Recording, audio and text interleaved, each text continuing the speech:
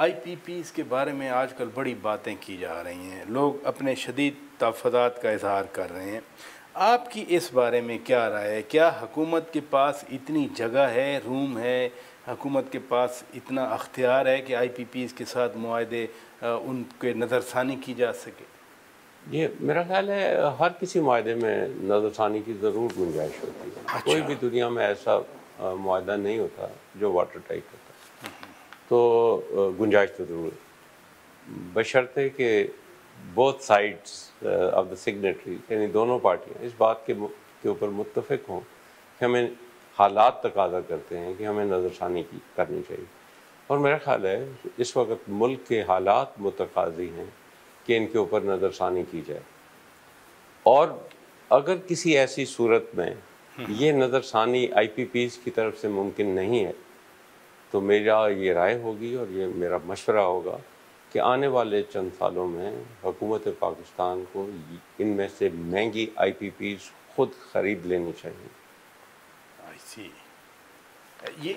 یہ جو ایک آرگیومنٹ دیا جاتا ہے آئی پی پیز کے حوالے سے، آپ نے فرمایا کہ ان بلٹ ہوتا ہے ریویو کا کوئی نہ کوئی کلاز، ایگریمنٹ جو بھی ہو.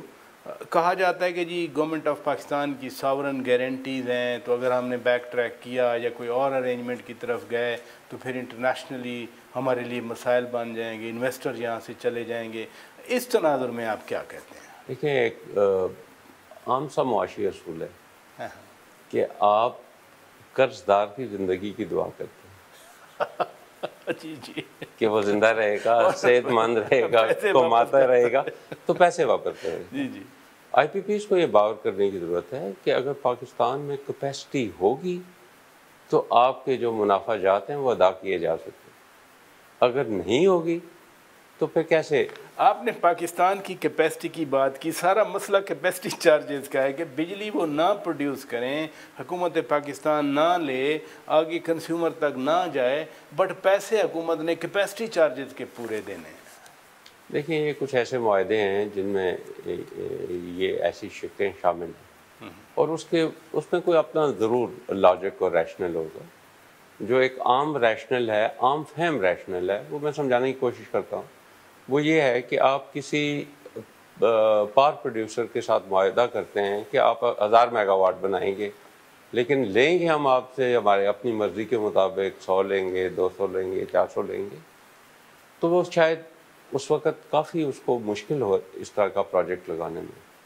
تو یہ کلیئرٹی شروع میں بلڈ کی جانی چاہیے تھی کانٹریکٹس کے اندر کہ ہم آپ کو جتنی بجلی آپ بنائیں گے اتنی بجلی کے چارجز دیں گے، اور جو آپ بجلی نہیں پیدا کریں گے آپ کا پلانٹ چاہے بند رہے اس کی کوئی ادائیگی نہیں ہے. تو یہ شروع کے ایسے معاہدے ہیں. شاید اس وقت کی حکومت نے، کیونکہ انرجی کرائسس 90s میں اور بعد میں 2010 اور 2020 تک کی جو دہائی ہے اس میں کافی زیادہ تھے، تو حکومت کے اوپر ایک کمپلشن تھی to find a quick fix. Hydro power quick fix نہیں ہے، یعنی کوئک فکس کا مطلب ہے کہ ایک جلدی کا حل نہیں ہے. بڑے بڑے ہائیڈرو پاور پروجیکٹ میں 8 سے 10 سال، 5 سے 10 سال، تو اتنا وقت لگ جاتا ہے. اس لیے میں کہتا ہوں کہ 80 کی دہائی میں کالا باغ ڈیم بننا چاہیے تھا، 90 کی دہائی میں دیا میر بھاشا ڈیم بننا چاہیے تھا، اس سے اگلی دہائی میں 2000 سے 2010 کی شیوک ڈیم بننا چاہیے، 10 سے 20 تک کی دہائی میں کوڑی ڈیم بننا چاہیے. آپ نے ایک اچھی تجویز فلوٹ کی کہ حکومت کو یہ مہنگے آئی پی پیز خرید لینے چاہیے. حکومت کے پاس ہے کیپیسٹی، پیسہ ہے حکومت کے پاس، حکومت خرید کے پھر اور نقصان نہیں کرے گی اپنا؟ دیکھیں، اس کے مختلف ماڈل ہو سکتے ہیں. اچھا، اس کے ماڈل ہو سکتے ہیں کہ پبلک پرائیویٹ پارٹنرشپ ہے وہ کی جا سکتی ہے، کچھ حکومت پیسے فراہم کرتے، کچھ ان کمپنیز کو پبلک پارٹنرشپ کے ذریعے اس کی فنڈنگ مہیا کی جائے. تو ایک out of the box solution ضرور ڈھونڈنا پڑے گا.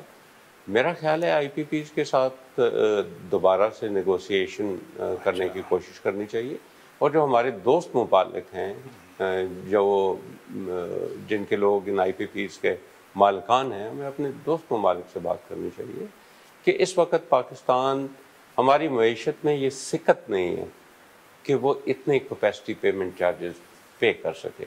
تو برائے مہربانی ان کی ٹرم کو نیگوشیٹ کرتے ہیں، ان کی مدت کو نیگوشیٹ کر دیں، ان کے پروفٹس کو نیگوشیٹ کر دیں، تو یہ نیگوشیشن کی راہ تو موجود ہے۔